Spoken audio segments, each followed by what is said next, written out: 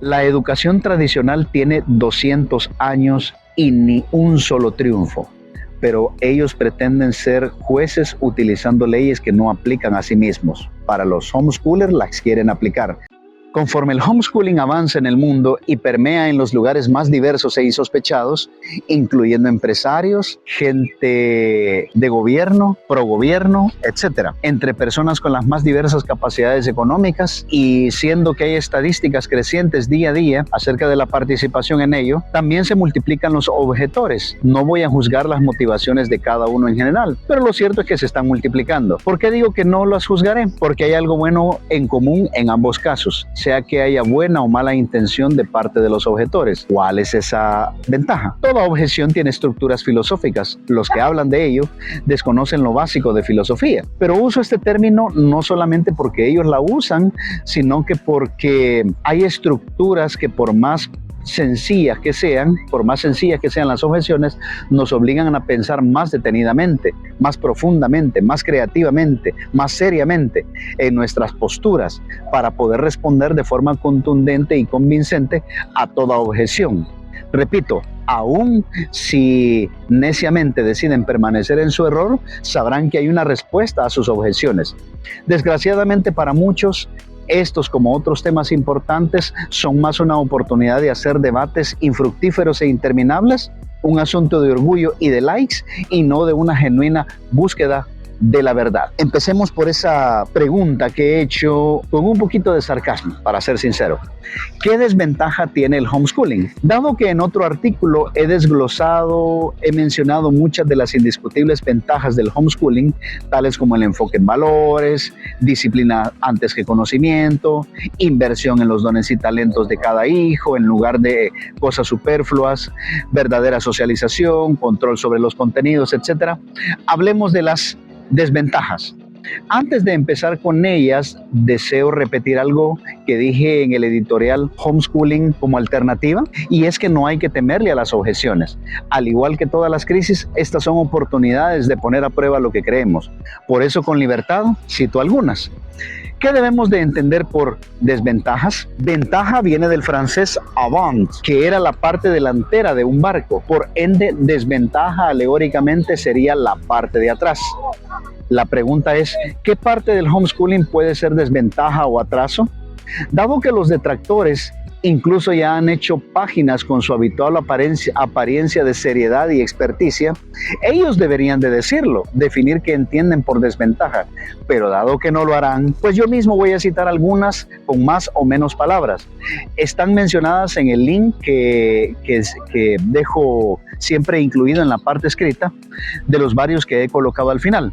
Ahora, quiero decir esto para que no se vaya a malinterpretar. Voy a aplicar un poquitito de humor, un poquito de sarcasmo para poder decir esto con seriedad, pero también bajando la tensión que usualmente suele haber. Hablemos entonces de los contrastes, de las desventajas y las ventajas. En este caso, casi me voy a dar permiso de leértelo para no extenderme extremadamente. Voy a citar una desventaja y luego una ventaja. Una desventaja, todas entre comillas, una mayor dedicación de los padres. Repito, perdona si sueno muy insistente, estoy usando un poquitito de sarcasmo. Una desventaja es que algunos expertos ven como desventaja que los padres le dedican más tiempo a los hijos. Quiere decir que la solución de ello sería que los padres sean menos dedicados. Tal vez la mitad de la actual atención estaría bien. Otra desventaja que citan los expertos: falta de contacto con otros niños. Es decir, que los homeschoolers raramente conocen a otros niños. ¿Es cierto? ¿Debe cambiar esto? Porque esa sería la solución. Una tercera desventaja: menor interacción con otras formas de pensar. La solución: en esta época de tecnología, el hogar es tan hermético que no hay manera de saber cómo piensa el mundo.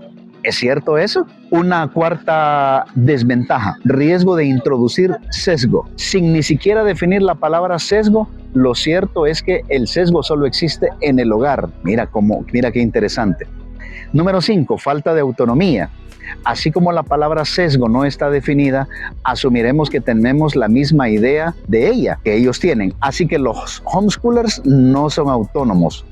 Algo así como que no pueden ni siquiera subir al bus. Número 6. Supervisión frecuente, externa o menos efectiva. Es decir, que la solución de los expertos es que la solución o la seguridad del éxito es directamente proporcional a cuánto te supervise el gobierno. Es decir, que el gobierno, la supervisión del gobierno es sinónimo de que estás progresando. Y número 7, dificultad para conciliar la educación de varios hermanos. ¿Te imaginas que hay familias que tienen 2 o 3 hijos? Eso es una desventaja, porque si eso es cierto, ¿qué puede hacer una madre para educar hasta 6 hijos? Este es un trabajo para los maestros que educan 35 niños en un aula a la vez. Para variar un poco, le he agregado a este editorial un poco de sarcasmo con medida.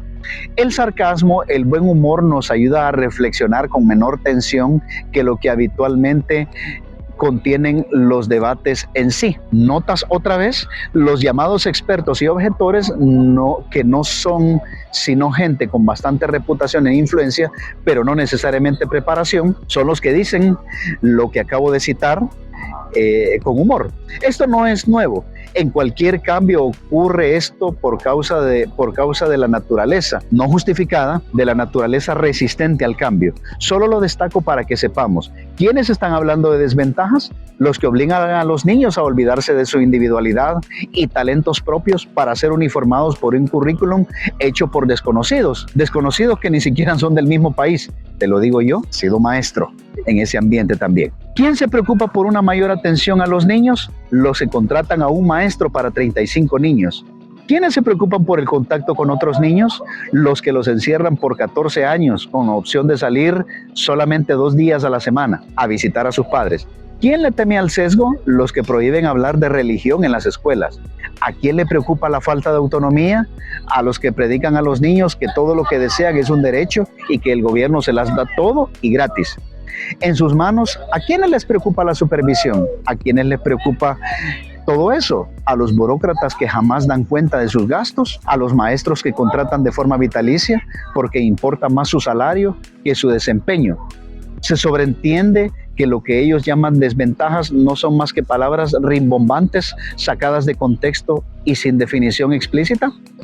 El definir una palabra equivale a poner una ley y una medida, con lo cual tendremos que ser coherentes. Se entiende entonces que ellos no definen sus propias palabras porque, para empezar, el homeschooling es nuevo y definirlo los encierra en una responsabilidad. La educación tradicional tiene 200 años y ni un solo triunfo, pero ellos pretenden ser jueces utilizando leyes que no aplican a sí mismos. Para los homeschoolers las quieren aplicar. Los problemas son retos y oportunidades en los cuales los padres les ganan y les superan con mucho honor.